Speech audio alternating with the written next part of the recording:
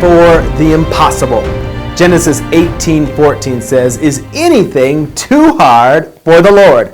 Corrie ten Boom wrote, "Faith sees the invisible, believes the unbelievable, and receives the impossible."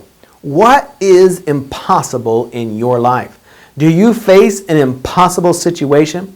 Have you been diagnosed with a disease impossible to cure? Are you facing an impossible economic problem? Do you feel it is impossible for one of your family members to ever turn to God? In Mark chapter 5, we find the story of the woman with the issue of blood. She faced an impossible situation. For 12 long years, she suffered with her disease. She spent all of her money on the doctors. The doctors took her money, but offered her no hope. They told her that she could never recover. In fact, she continued to get worse. But one day, she heard about Jesus. When she heard about how Jesus healed the blind and the crippled, she said to herself, "If I can just touch the edge of his garment, then I will be healed." In the midst of her impossible situation, she put her eyes on Jesus. She pushed through a crowd of people and managed to touch the edge of his clothes. And immediately that woman was cured of her suffering. Jesus turned around and asked, "Who touched me?"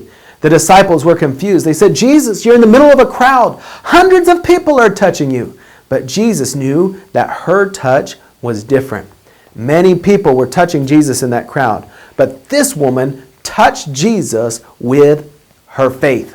The woman identified herself to Jesus and told him what she had done. Jesus said to her, "Your faith has saved you. Go in peace and be healed of your disease." Jesus turned her impossible situation into a miracle, and Jesus will do the same for you. Whatever situation you're facing today, know that with God, all things are possible.